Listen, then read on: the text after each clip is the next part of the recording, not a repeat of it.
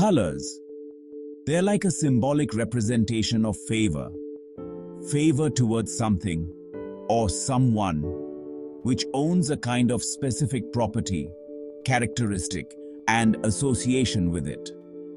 And where there is differentiation that goes dividing and defining in different forms, it's nothing more than a virtual play that is ever changing, rather than the eternal which remains unchanged, still, and yet continues to flow through eternity. This very flow is the infinite resource, the essence, which was, is, and always has been, and always will be. Yes, I'm talking about truth, a concept, a subject, a topic that has long been discussed, debated, interpreted, and comprehended by scholars and academicians. People often say, death is the only truth. Especially in Asian countries, there's this popular belief that death is truth and life is Maya. Maya means illusion, something that is not true. Well, this belief is quite good in essence, but it starts creating problems when we begin condemning life itself. Do you really think life is just Maya?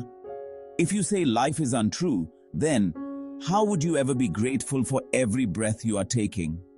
How would you respect, care for, and love yourself and others, including the earth and all its beings? In my opinion, it's one of the most distorted and disastrous beliefs a community can hold, because then you just leave everything to death and lessen your accountability towards life. And when that happens, you naturally cut yourself off from the very ecstasy of life, which lies in invention, innovation, discovery, exploration, creation, and adventure. You begin to live such a monotonous life that it becomes worse than death and even more fearful than death itself. For example, look at the people of our country, India.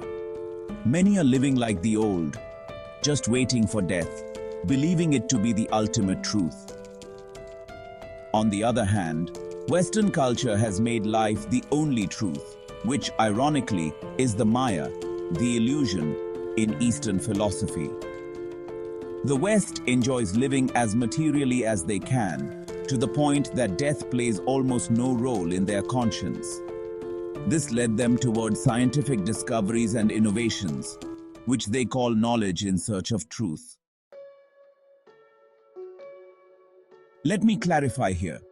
Science is indeed in search of truth, the eternal truth. That's the very foundation of research and development, in the pursuit of progress and the growth of nations and humankind as a collective. One is inclined to death, and one to life. But the question remains, is truth life or death? We can rationalize, use logic, and philosophize this idea to eternity, and yet still come up with ambiguity about what truth really is. Simply put, both life and death are truth. One is expressed in its different forms, and the other is the exit of that expressed form, which goes to the earth and comes again as birth. But is there any solid knowing that lies beyond life and death? Only then can we truly say that the essence, the truth, lies and has been found in life, in death, and in the beyond, the phase that deals with things before life and after death. When this is found, we can claim and understand it as truth. The truth, which even after all the colors of life and the absence of colors, that is death, remains the same, even in the beyond phase of its cosmic play. Be it any species or even inanimate matter, it's the same. Here we realize that no color doesn't mean there's no color. Rather, it has so many colors, all possible kinds of colors, so flawlessly dissolved that no color remains. That is the eternal beauty of truth, the science and the art of soul, the consciousness that resides in all beings of earth and even in all matter. There lies the essence, the significance, and the very gist of the creation of the cosmos.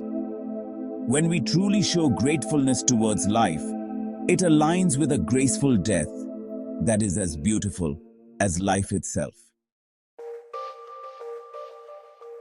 Life is an actual representation of colors, which lead towards death, where all colors are dissolved, leaving no trace behind. But remember, the colors are still there. They're just dissolved and remain colorless in their true nature, the cosmic essence of eternity, that is Satchitananda.